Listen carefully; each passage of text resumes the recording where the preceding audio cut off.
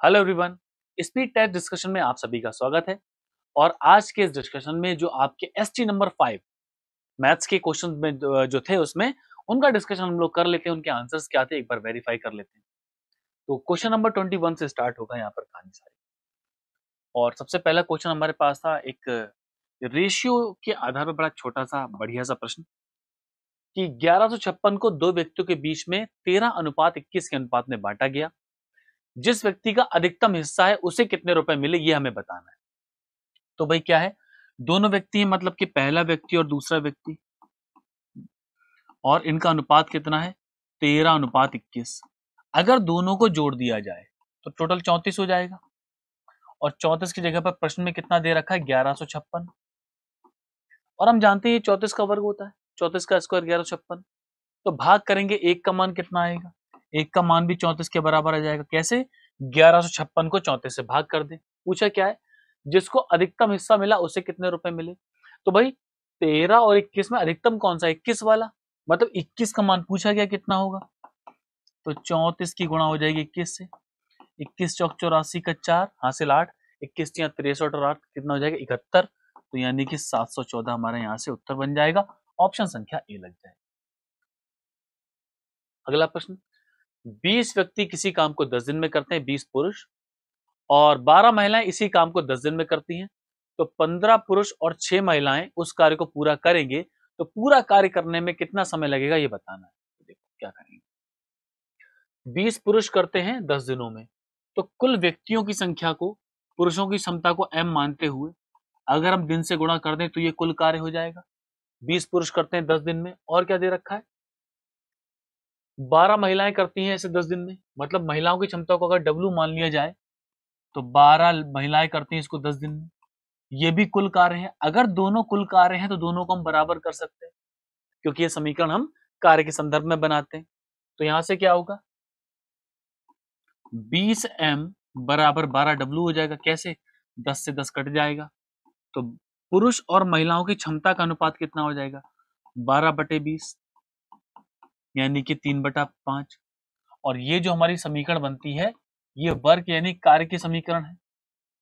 तो m की जगह या तो आप 3 लगाएं या w की जगह 5 लगाएं, दोनों में से कहीं पर लगा दें, आपको कुल कार्य मिल जाएगा। मान लो यहां पर लगाते हैं, कार्य कितना हो जाएगा 20, m की जगह 3 और गुणा 10। तो कुल कार्य हो गया हमारे पास कितना 300, नहीं 300 नहीं, कितना हो जाएगा 20 तिया 60, 60 धाम 600।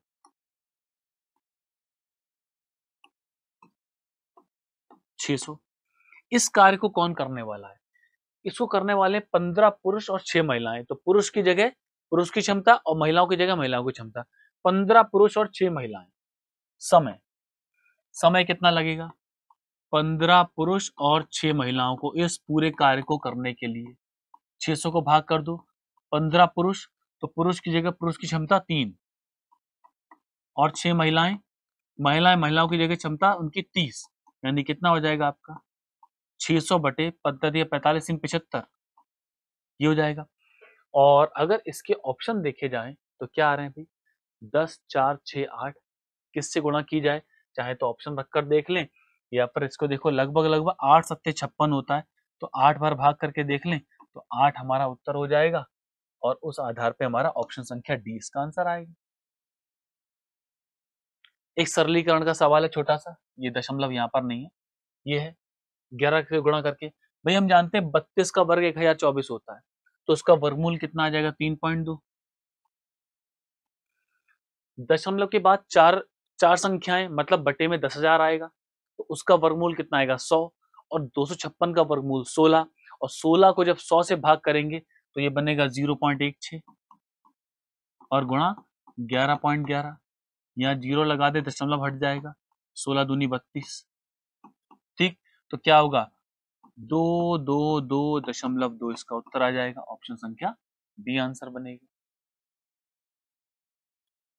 अब 5% शहर की जनसंख्या महामारी में मृत्यु हो गई, शेष जनसंख्या का 8% घबरा जाते हैं और शहर छोड़ देते हैं। यदि कुल जनसंख्या अभी 88,274 है तो पहले मतलब कि प्रारंभ में उसकी जनसंख्या कितनी थी बताना है। तो 5%, 5% का मतलब है 1/20। और दूसरी बार कितनी है? दूसरी बार हमारे पास कितनी है भाई? 8%। तो 8% होता है आपका 2/25। मतलब कि पहले अगर जनसंख्या 20 थी तो एक की कमी हो गई, जिनकी मृत्यु हो गई, तो बचे कितने होंगे? 49। ये तो हो गया आपका ओरिजिनल, यानी कि प्रारंभ में, और ये हो जाएगा आपका रिमेनिंग। अब 25 में से 2 लोग घबरा के भाग गए, तो 25 में से 2 जाएंगे, कितने बचेंगे बच्चों? 23 बचेंगे। प्रारंभिक की गुणा कर दो, 25 दूनी 50, यानी कि ये हो गया 500। और इसको ऐसे ही रहने दो, 19 गुणा 23। और अब ये 19 गुणा 23 नहीं है, कितने? 88,274 है। तो एक का मान कितना होगा? 88 जो 274 को भाग कर दो 19 गुणा 23 से। पहले 19 से काट दो, 19 चौक 76, बचा कितना? 12, 19 छिंगे 114। ठीक, 114 बचेगा। फिर आपके पास कितना? 4 बार भाग हो जाएगा और 6 बार, और 23 से भाग करेंगे 202। तो 1 यूनिट का मान 202 के बराबर आ गया। हमें बताना क्या है? पहले कितनी जनसंख्या थी, मतलब 500 का मान पूछा गया है, तो 500 का मान कितना हो जाएगा? 202 की 500 से गुणा कर डालें, 5 दूनी 10 का 0, हासिल 1, 5 दूनी 10, 101, 3 बार 0, यानी कि यहां से हमारा उत्तर जो है बन जाएगा ऑप्शन संख्या सी। अगला सवाल क्या लिखा है? किसी धनात्मक पूर्णांक को 4050 से गुणा करने पर यह पूर्ण वर्ग बन जाता है। तो वो जो संख्या पूर्ण वर्ग बन गई है उसका वर्गमूल क्या होगा, ये बताना है। ठीक, अब देखो हम क्या करें, इसको ऐसे करते हैं, 4050 के अभाज्य गुणनखंड बनाएं, 5 से भाग करें, 5 अट्ठे 40, 5 एकम 5, और ठीक 4050 है ना, हाँ, 5 अट्ठे 40, 5 एकम 5, और 0 ऐसे लगा दो, फिर 5 से काट दो, 16 पंजे 80। ठीक, एक बच्चा, 5 दूनी 10, और इसको काट दो भाई, 2 से काट दें, 2 अट्ठे 16, 2 एकम 2, 81। मतलब हम इसको लिख सकते हैं, अच्छा 81 क्या होता है बच्चों? 81 होता है 3 की घात 4। मतलब मैं इसको 5 का स्क्वायर गुणा 3 की घात 4 गुणा 2 लिख सकता हूँ। वर्गमूल बनाने के लिए क्या होना चाहिए? प्रत्येक संख्या के 2 के या 4 के जोड़े बन जाएं, ऐसा हो सकता है। तो भाई इसका जोड़ा नहीं, इसका मतलब 40-50 में किसकी गुणा की जाएगी? आप जब यहाँ पर 2 से गुणा कर दोगे तभी ये पूर्ण वर्ग बनेगा, और गुणा करने के बाद जो संख्या है उसका वर्गमूल क्या होगा, यानी कि स्क्वायर रूट। तो क्या होगा भाई? पहले आप 4050 की 2 से गुणा करें, तो भाई कितना हो जाएगा? 8100, 8100, और 8100 का वर्गमूल कितना होता है भाई? 9 का 90 हो जाएगा, 9 का 9 में 81, यानी कि ऑप्शन नंबर सी बन जाएगा हमारा आंसर। अगला सवाल भाई क्या लिखा है? एक राशि पर 1.5 वर्ष के लिए 8% का साधारण ब्याज 360 रुपए है। चक्रवृद्धि ब्याज ज्ञात कीजिए यदि समान दर, मतलब कि दर आपकी 8 ही रहने वाली है, पर समय आपका 2 गुना हो जाए। भाई समय 1.5 गुना है, 1.5 है तो 1.5 का 2 गुना कितना हो जाएगा? 3। ठीक, 1.5 का कितना हो जाएगा? 3 हो जाएगा। तो हमें बताना क्या है, इस पर आपका चक्रवृद्धि ब्याज कितना लगेगा। अब देखो, चक्रवृद्धि ब्याज तो हम तब बता पाएंगे जब हमें क्या मिलेगा, जब हमें उसका मूलधन मिल जाए। तो देखो 8% है, 1.5 वर्ष का समय है, 1.5 वर्ष यानी कि 8% पहले साल में, अगला वर्ष आधा है, यानी कि 8 का आधा यानी 4%, 12% मिलेगा। तो हम ऐसा कह सकते हैं कि 12% का मान जो है 360 रुपए के बराबर है, ब्याज के बराबर है। तो 1% का मान 30 रुपए के बराबर। भाई कोई भी मूलधन स्वयं में 100% के बराबर हो जाए तो 30 की 100 से गुणा कर दी जाए, तो यहां से हमें मूलधन मिल गया। अब बच्चों हमें बताना है चक्रवृद्धि ब्याज। ठीक, चक्रवृद्धि ब्याज बताना कैसे है? आपका समय 2 गुना हो जाए तो 1.5 का 2 गुना 3 बार चक्रवृद्धि ब्याज बताना है। कैसे? 8% पर। तो कैसे लगेगा समझो इस बात को।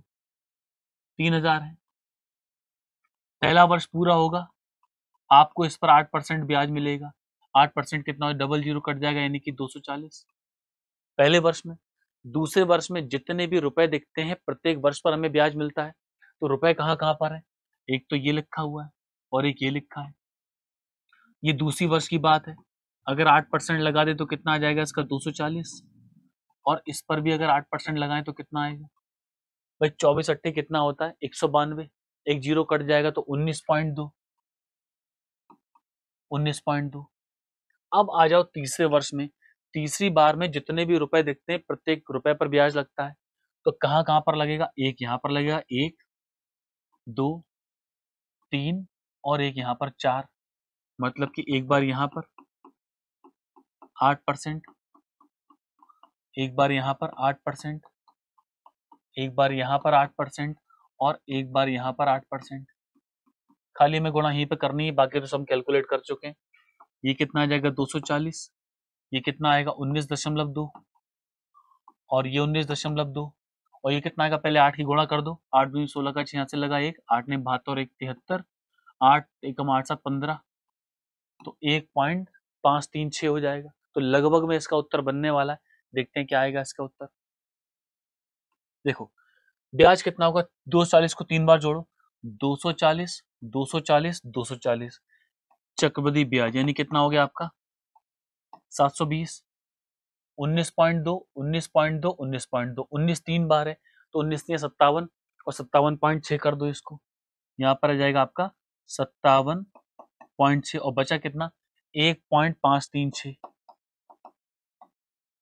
तो 6 3 6 5 11 कहाँ से लगा 1, 7 और 1 8 और 1 9, 5 2 7, 7 7 9.13, दशमलव के 2 स्थानों तक लेते हुए 7 7 9.13, ऑप्शन संख्या डी इसका उत्तर बन जाएगा। ठीक है, 7 7 9.13, हाँ इसमें से एक जो है मान 7 7 8.13 है और एक 7 7 9.13, फिलहाल सही उत्तर जो है इसका 7 7, इसको 8 कर लें 8.13, तो 7 7 9.13 जो है इसका सही उत्तर बन जाएगा, हमारा चक्रवृद्धि ब्याज बनेगा। अगले सवाल पर आते हैं। अब क्या है, 151 पूर्ण संख्याओं के योग के इकाई का अंक क्या होगा बताना है। तो पहली बात तो ये पता हो कि पूर्ण संख्या क्या होती है भाई, प्राकृतिक संख्या 1 से प्रारंभ होती है, पूर्ण संख्या 0 से स्टार्ट होती है, मतलब कि आप 0 1 2 3 ऐसे करते हुए कहां तक जाओगे भाई, देखो 151 है तो कहां तक जाएंगे 150 तक, क्यों 1 से लेके 150 तक, 150 प्राकृतिक संख्या है और एक पूर्ण संख्या 0 और जुड़ेगी तो 151 हो गई।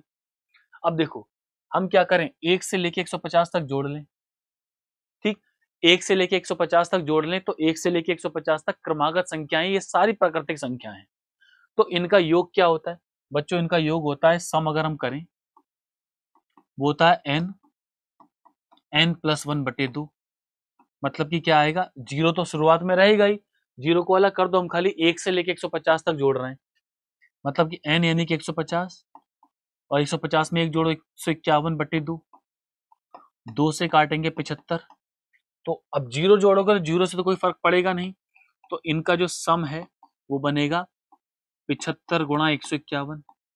प्रश्न क्या पूछता है, इनके योग में क्या है, इकाई का अंक क्या होगा। तो बच्चों देखो 5 एकम 5 अगर गुणा कर लें तो 5 एकम 5 इकाई का अंक कितना बनेगा, यूनिट डिजिट 5 ही बनेगा, पूरी गुणा करने की आवश्यकता ही नहीं है, क्योंकि प्रश्न में हमें केवल इकाई का अंक पूछा गया है, तो यूनिट डिजिट कितना आ जाएगा 5, ऑप्शन संख्या सी इसका उत्तर बनेगा। अब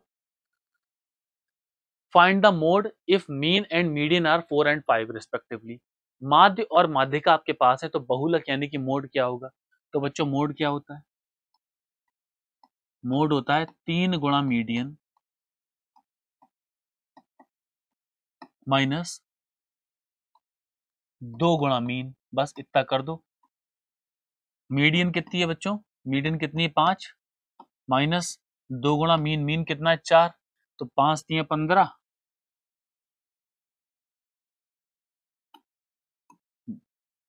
15 और 4 दूनी 8, यानी कितना आ जाएगा इसका उत्तर 7 आ जाएगा, ऑप्शन संख्या डी बन जाएगी। अगला सवाल सरलीकरण का साधारण सा सवाल है, 0.8% ऑफ 0.008% ऑफ 8 की घात 1/9 लगी हुई है। तो एक चीज देखो भाई, 8 क्या होता है, 8 बच्चों 2 की घात 3 होता है, तो 2 की घात 3 ये है, 2 की घात 3 ये है, 2 की घात 3 है। अगर 3 बार है तो हम ये बोल सकते हैं गुणा में घातें जुड़ जाती हैं। ठीक, तो गुणा में घातें जुड़ जाएंगी तो हल करने पर क्या आएगा भाई, 2 की घात 9 हो जाएगा। 3 3 6 3 9 बटे में कितने जीरो आएंगे, 2 यहाँ पे, 3 यहाँ पे, 2 और 3 5 और 5 हो गए, 5% के 2 जीरो यहाँ से, 2 जीरो यहाँ से, 4 जीरो आएंगे बटे में, मतलब हम इसको 10 की घात 9 बोल सकते हैं। ठीक, और होल घात कितनी हो जाएगी, 1/9। तो आप देखो भाई, अगर कोई संख्या a की घात m होल पावर n लिखा हो तो a की घात m गुणा n हो जाती है, मतलब ये 9 की घात क्या होगी, 1/9 से गुणा हो जाएगी। इसको ऐसा लिख सकते हैं 2/10 होल घात 9 गुणा 1/9। तो काट देंगे, कितना आ जाएगा बच्चों, 0.2 हमारा उत्तर बन जाएगा, ऑप्शन संख्या सी बनेगी। अगला सवाल, अब क्या लिखा है, दो स्टेशन ए और बी के बीच की दूरी 200 किलोमीटर है। तो पहले दो स्टेशन बना लो, ये रहा ए और ये रहा बी, इन दोनों के बीच की दूरी 200 किलोमीटर। ठीक, अब क्या हुआ, एक ट्रेन ए से बी तक 75 और दूसरी ट्रेन बी से ए तक 85 की गति चलती है। तो चला दो भाई दोनों को, 75 किलोमीटर प्रति घंटा, और क्या हो जाएगा आपका 85 किलोमीटर प्रति घंटा। ये हो गया, चल रही है सामने सामने, सापेक्ष चाल लगेगी, सामने सामने से आ रहे हैं। अब क्या लिखा है, मिलने से 3 मिनट पहले दोनों ट्रेन के बीच की दूरी किलोमीटर में क्या होगी ये बताना है, मिलने से 3 मिनट पहले। तो देखो भाई, ठीक भाई, पहली बात तो ये दोनों ट्रेन सामने सामने से आ रही हैं, तो यानी कि रिलेटिव स्पीड सापेक्ष चाल से मिलेंगे, और जब सामने सामने से अपोजिट डायरेक्शन से ट्रेन आती है तो चाल क्या हो जाती है, जुड़ जाती है।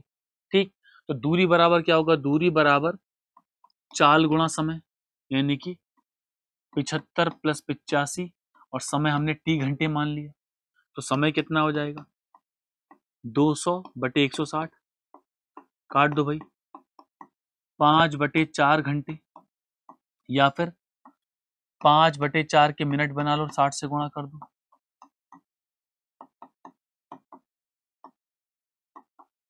75 मिनट।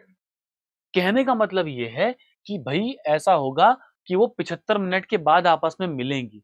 लेकिन प्रश्न क्या पूछ रहा है, प्रश्न पूछता है मिलने से 3 मिनट पहले दोनों के बीच की दूरी, मिलने से 3 मिनट पहले। तो अगर कुल समय 75 मिनट लगता है तो मिलने से 3 मिनट पहले मतलब इसका क्या है भाई, 72 मिनट तक दोनों को चला दो, कितनी दूरी चलेगी। ठीक, तो distance travelled till 72 minute, 72 minute तक कितनी दूरी चली जाएगी, दूरी हो जाएगी चाल गुणा समय 160, और इसके मिनट है तो घंटे बना दो, 60 से भाग कर दो, एक जीरो काट दो, 12, 16/12 में कितना हो जाएगा, 192 किलोमीटर। मतलब कि 72 मिनट तक वो 192 किलोमीटर चल चुकी होंगी। तो क्वेश्चन क्या पूछता है हमसे, क्या है, find the distance between them, 3 minute पहले उनकी दूरी कितनी होगी। भाई कुल 200 किलोमीटर है और 192 वो चल चुके हैं, तो डिस्टेंस जो हमारा क्वेश्चन पूछता है कितनी दूरी होगी डिस्टेंस में, 200 में से 192 को माइनस कर दिया जाए तो उत्तर आ जाएगा हमारे पास 8 किलोमीटर, और इस आधार पे जो हमारा आंसर ऑप्शन संख्या बी हमारा सही उत्तर बन जाएगा। तो ये हमारे ST5 के क्वेश्चंस के आंसर्स थे। Thank you class.